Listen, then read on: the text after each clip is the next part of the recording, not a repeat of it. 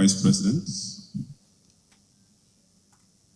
Captains of Industry, Ministers of States, and members of the Diplomatic Corps. The Vice President is a friend of this summit, who has, as indicated earlier, always responded positively when invited.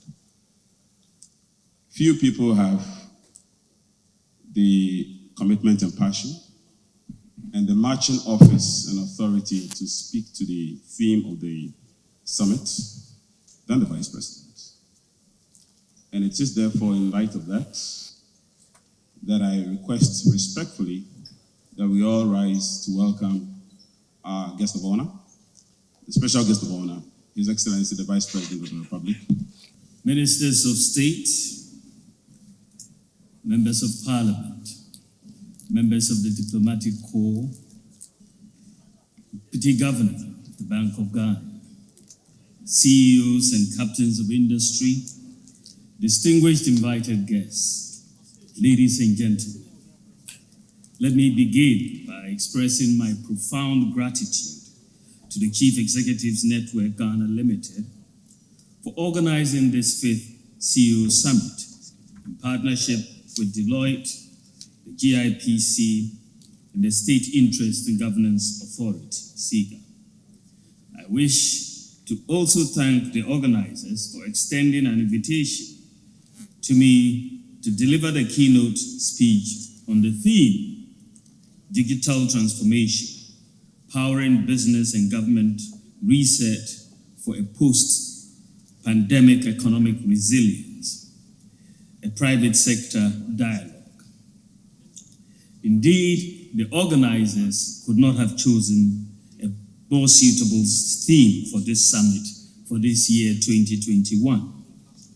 Putting the spotlight on how digital transformation can unlock Ghana's economic potential in the midst of the COVID-19 pandemic is a worthy conversation to have now.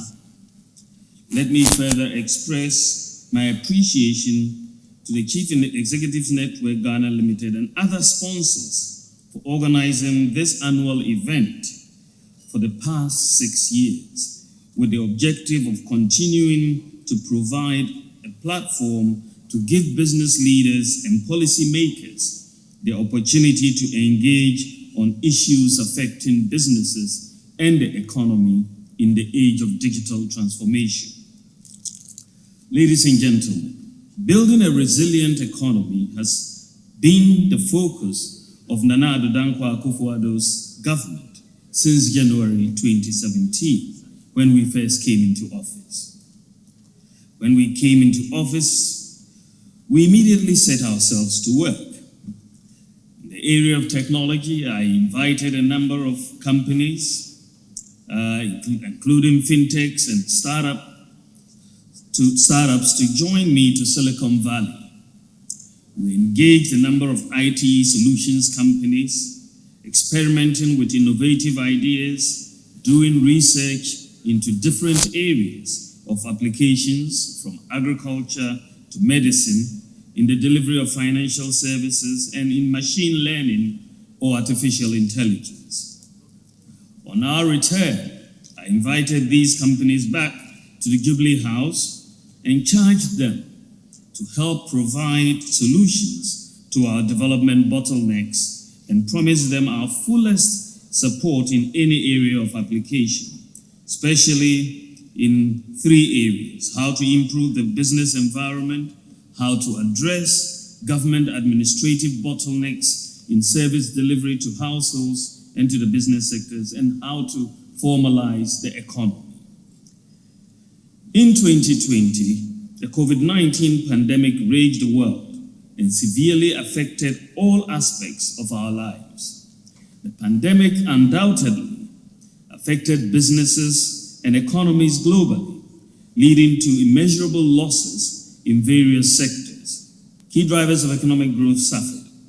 Business slowdown and disruptions in global supply chains and trade threatened financial markets and the financial system as a whole. The reverse multiplier effects and the imperatives to save lives put public finances at risk. Many governments prioritized lives over the economy. Soon, not only were we confronted with the challenge of social disruptions, but also the challenge of saving the economy so that we can continue to provide needed savings to households and businesses.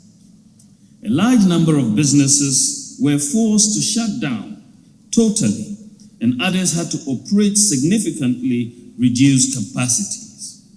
Ghanaian businesses were also significantly affected in diverse ways, creating high levels of uncertainty and a plunge in business confidence.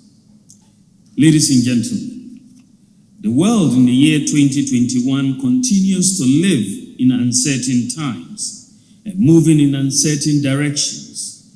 COVID-19 continues to put public health at risk.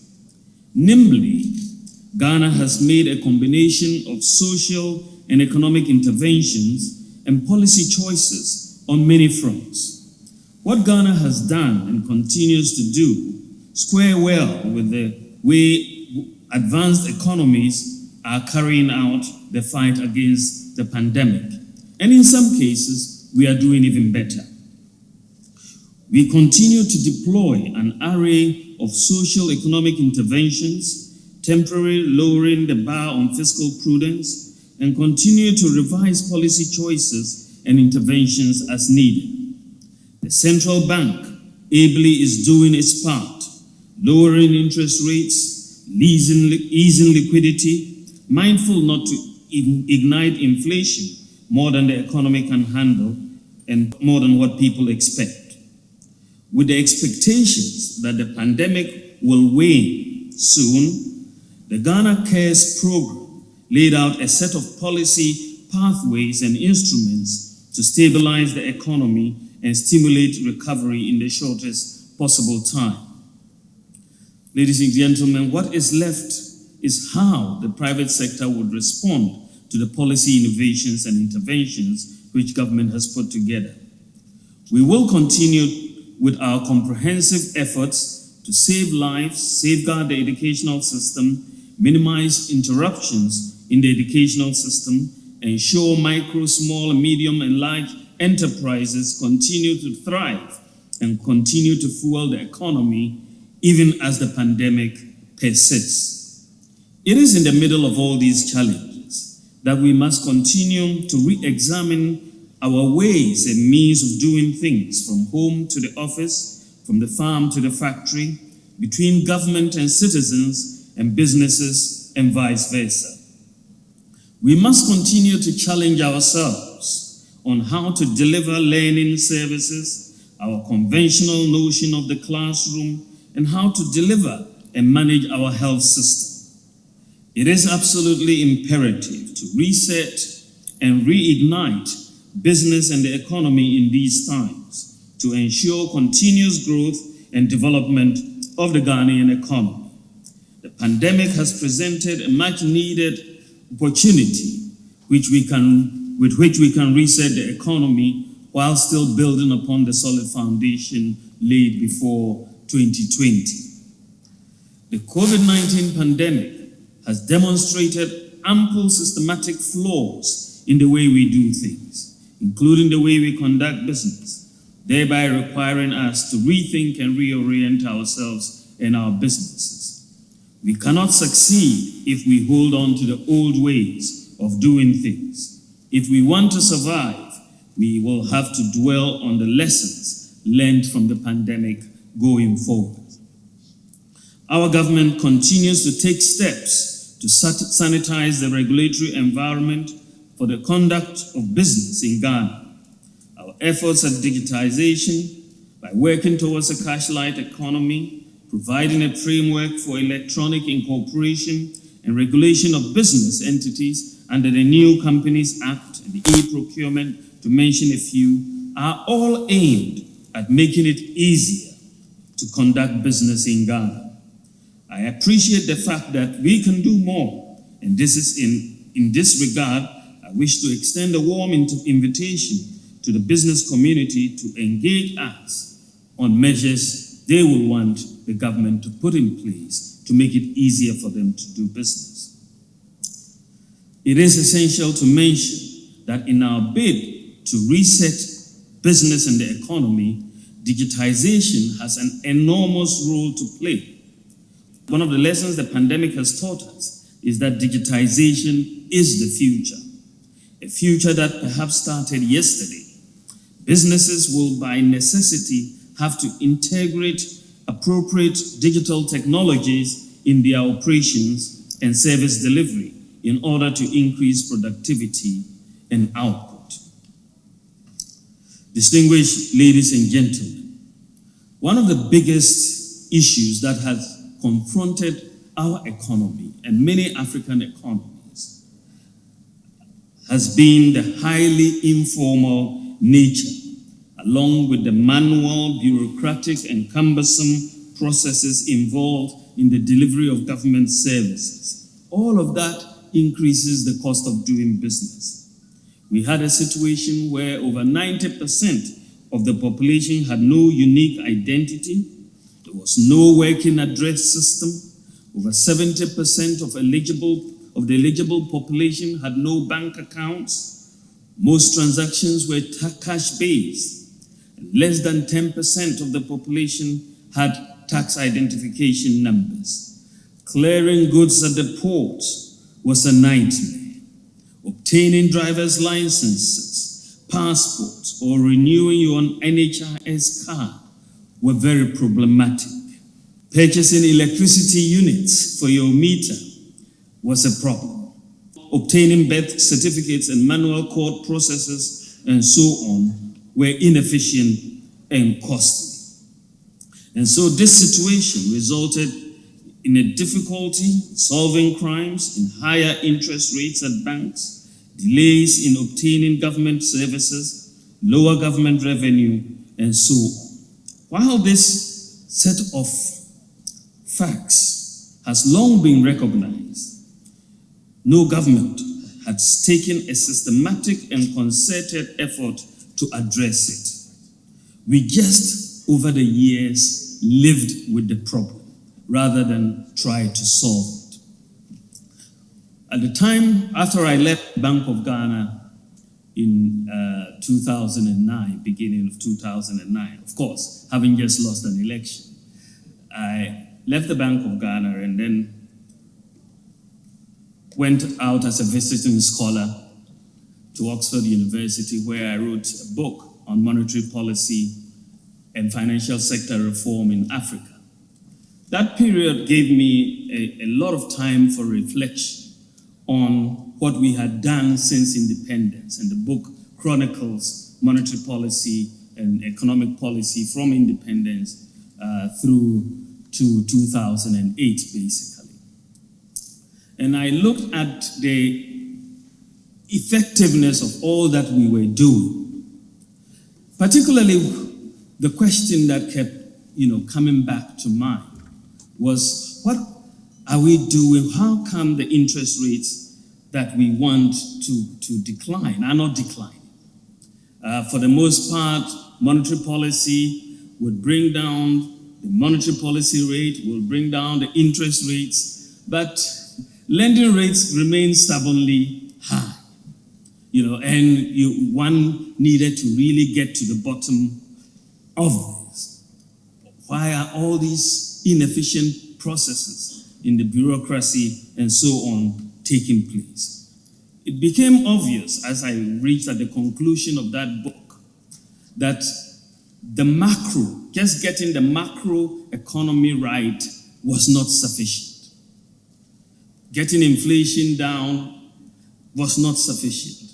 Getting exchange rates stable was not sufficient. There were certain micro foundations or systems that need to be in place for our economy to be able to deliver the low interest rates that will drive business and economic activity. But for the longest time, as we interacted with the IMF, the World Bank, and so on, you realize that nobody is going to come and tell you that these micro foundations, you have to put them in place. Nobody would tell you that if you don't put in a digital address system, we will not give you a loan. Or if you don't have a national ID, we'll make it a condition. So there were all these things which I refer to as the unwritten rules of the game. Because if you are in a game, you must understand the rules. If you don't understand the rules and you are playing, you will keep losing the game. But some of these rules are not written in our economic textbooks. They are unwritten rules, but you know that if you are an economy and you don't have a working address system, you're not going to go very far. If you cannot uniquely identify the population in your country, you are not going to go very far as an economy. You can have exchange rate stability and lower fiscal deficits and so on, but you are going to be just operating in a low-level equilibrium. You will not move up to a higher level. And moving up to the higher level is what we want to do. Now, if you look at the trajectory, therefore, that we decided to take, the government of Nana Addo Dankwa Akufo-Addo made the strategic decision to address these chronic problems by digitizing the Ghanaian economy and government services. The overarching objective of this digital drive is to formalize the economy, increase government revenue, fight corruption, and ultimately provide public services to citizens more efficiently and more conveniently. Digitization essentially removes the human interface. And if you look at the problems we had, whether it's at the passport office, or the driver's license office, or the ports, or the births and deaths registry, or the Ghana GRA Revenue Authority, all these interfaces, all the problems we were having in these different areas was because of the human interface. And as they say, nipa ye bad. The human interface, you will encounter corruption immediately because the systems were very bureaucratic and manual. And so we decided to digitize. And so we needed to put certain pillars in place. Issue national ID cards for all Ghanaians, implement a functional address system, provide de facto bank accounts to the bankable, to those people who are eligible for bank accounts, implement mobile money interoperability, digitize the provision of government services, and so on. I'm very happy to note that we've made tremendous progress on all these fronts, and Ghana is clearly on its way to become one of the most digitized economies in Africa within the next 2 years.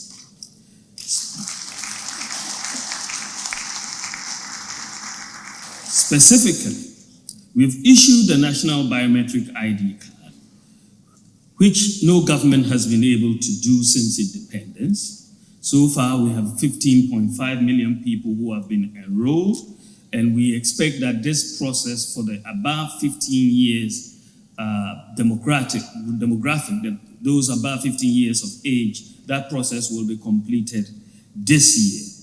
We will then move into the schools and do those below 15 years of age. But this national ID system that has been implemented has provided Ghana a database that will be the anchor for all transactions in the future. We are about to move into a new economy, if you haven't already realized that, because it's going to provide a single source of truth and a unique identity for all transactions across the spectrum. And so this year, what we've been doing since we came into office has been the integration of the national ID database with other databases, key databases. So we've integrated it with SNIT, we've integrated it with GRA, and with GRA, for example, up to 2016, TIN numbers in Ghana were 750,000. By just making the TIN number your national ID number, we've immediately increased it from 750,000 in 2016 to 15.5 million as at now, in terms of people with tax ID numbers. We have integrated the national ID with the NHIS, and we are moving on to Controller and Accountant General's Department. The ghost workers will not be happy, but we are doing that now. We are in discussions with the banks and the Bank of Ghana. The Bank of Ghana is driving, all bank accounts will be linked to a national ID number, and the process will start soon, and banks will start, once the process starts, they will start accepting and verifying the individuals using the national ID card. I expect, as the Minister for Communications and Digitalization will soon announce that we will all, from maybe end of June or beginning of July this year, everybody will have to register their SIM with a national ID number. So we all have to do that, otherwise we lose that SIM. And that will really give us a real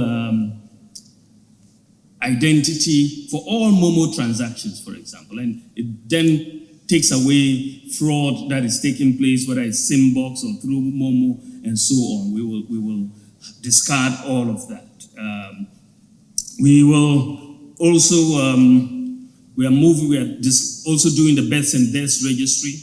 The digitization there is about 80% complete now. But what we are putting in place with the births and deaths registry is a system where we hope from next year, when a child is born, right at birth, within a month, each child will be given a unique national ID number across the country. And that will help us maintain that database right from birth all the way to death. So it's really a different country that we are trying to move into. I know that it was a challenge. What we have done in Ghana was a challenge. When we met with the NIA and the Margins Group, initially they had wanted to issue very, very delayed cards because it was, but we said that given the nature of our people, you should do instant issuance of these cards, because a lot of the times if people have cards, they may not return for them. And we should try to do instant issuance. But they pointed us out that no country in the world had done instant issuance of national ID cards before. So we said, well, we will be the first, and we were the first. So thank you very much for making that happen. We've implemented a digital address system capturing every square inch of land or water in Ghana. In the process of implementing the digital address system, we have provided unique addresses for 7.5 million properties in Ghana. We have identified 7.5 million, including huts in all the villages, 7.5 million properties, and we are providing digital addresses and street addresses to all those houses and properties. The Land Use and Spatial Planning Authority has provided street names and house numbers for every unnamed street, and we are affixing address plates for every property, and we will continue to do that. There are 7.5 million. The first phase will deal with 4 million properties, and the next phase will deal with 3.5 million properties. We've already begun discussions, and they are going very well with Google, and if all goes well, they will incorporate Ghana's property address system into Google Maps, and we will move from there. This is the first time since independence that Ghana will have a complete property address system. And for businesses, nobody really needs to tell you the implications, the impact of having a unique property addressing system in the country. You just think about it, whether it's America or the UK or Germany, if today the address systems disappear, just the address systems, those economies will collapse, just like that.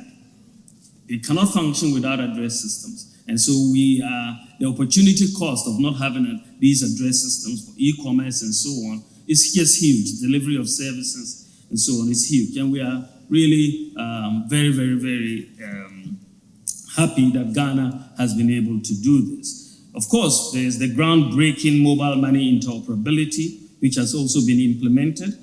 The mobile money payments interoperability has made it easy for transfer of money across different telcos and between bank accounts and mobile wallets. That is the unique feature of Ghana's interoperability. You're not just going between different telcos, but between bank accounts and mobile wallets. And since you have so much in the system, it has solved the major problem of people having access to bank accounts, because of mobile money interoperability, bank accounts or mobile money accounts are essentially functioning like bank accounts. The data shows that Ghana currently is the fastest growing mobile money market in Africa. And the total value of mobile money transactions in 2020 during this pandemic was 569 billion Ghana cedis. That's about $100 billion in 2020. It's just mind-boggling, right? Mobile money transactions in 1 year, because of interoperability, have reached $100 billion in Ghana. Now, checks, on the other hand, amounted to 180 billion instead of the 569 billion for mobile money. So checks are slowly, of course, I think it wouldn't be long, Deputy Governor. I think checks will soon be history as we go on. But when you think about it, we invested $4.5 million to set up mobile money interoperability. Just $4.5 million. And it's generating transaction of about $100 billion.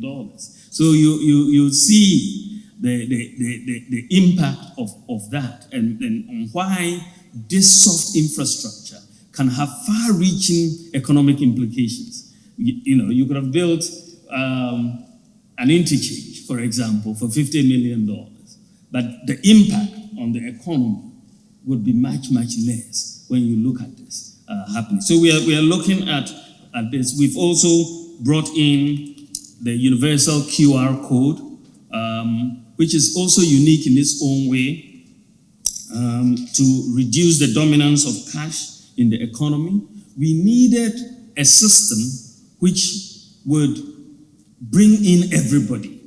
The point of sale devices that banks have are not accessible to your waakye sellers or the trotro or operators or your tomato sellers in the market or Kobe sellers. Those, systems, the point of sale devices are too expensive.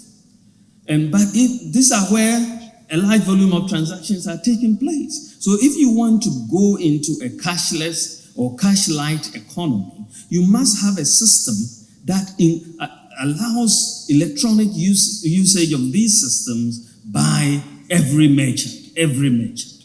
And this is why we thought that we should leverage on our mobile money interoperability, which everybody uses mobile money, bank accounts, and so on, and bring in a universal QR code, which is available to every merchant.